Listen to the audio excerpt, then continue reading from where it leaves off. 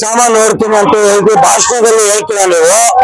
ಇಲ್ಲಿ ನೋಡಿದ್ರೆ ಅಂಗವಿಕಲರು ಏನು ಸವಲತ್ತಿಲ್ಲ. ನೀವು ಸಿದ್ದರಾಮಯ್ಯ ನೀವು ಅರ್ಥ ಮಾಡ್ಕೊಳ್ರಿ. ಕ್ಯಾಬಿನೆಟ್ ನ ಕುತ್ಕೊಂಡು ಎಸಿನ ಕುತ್ಕೊಂಡು ಏನ್ ಬೇಕಾದ್ರೂ ಮಾತಾಡ್ತೀರಾ.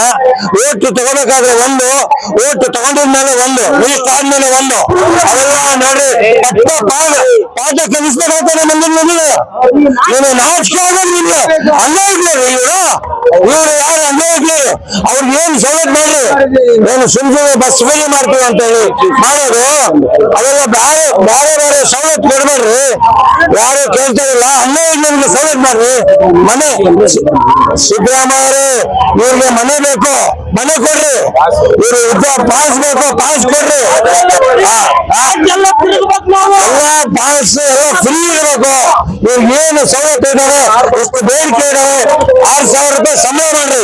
ಇವಾಗ ಎಷ್ಟೈತೆ ಸಂಬಳ? 400 ರೂಪಾಯಿ ಐತೆ. ನಾಚ್ಕೊಂಡ್ರಿ 400 ರೂಪಾಯಿ ಐತೆ. 6,000 ರೂಪಾಯಿ ಸಂಬಳ ಮಾಡ್ಬೇಕು. ಅಂಗವಿಕಲರಿಗೆ ಸಂಬಳ ಬೇಕು. 6,000 ರೂಪಾಯಿ ಸಂಬಳ ಬೇಕು. ಆಮೇಲೆ ಇವ್ರಿಗೆ ವಿದ್ಯಾಭ್ಯಾಸ ಮತ್ತೆ ಇವ್ರಿಗೆ ಏನು ಮೂಲಭೂತ ಸವಲತ್ತು ಮತ್ತೆ ಸ್ಕೂಲಿಂದ, ಆಮೇಲೆ ಪಿಂಚಿನ ವಸತಿ, ಆಮೇಲೆ ಏನೇನು ಸವಲತ್ತು ಬೇಕು, ನಾವೇನ್ ಬೇಡಿಕೆ ಇಟ್ಟಿವಿ ಇವೆಲ್ಲ ಒಳ್ಳೇಬೇಕು. ರಾಜಕೀಯ ಮೀಸಲಾತಿ ಬೇಕು. ಈ ಉಗ್ರ ಹೋರಾಟ ಮಾಡ್ತೀವಿ. ನಾವೇನಿಲ್ಲ ವಿಧಾನಸೌಧ ಮುಖ್ಯ ಆಗ್ತಿದ್ವಿ.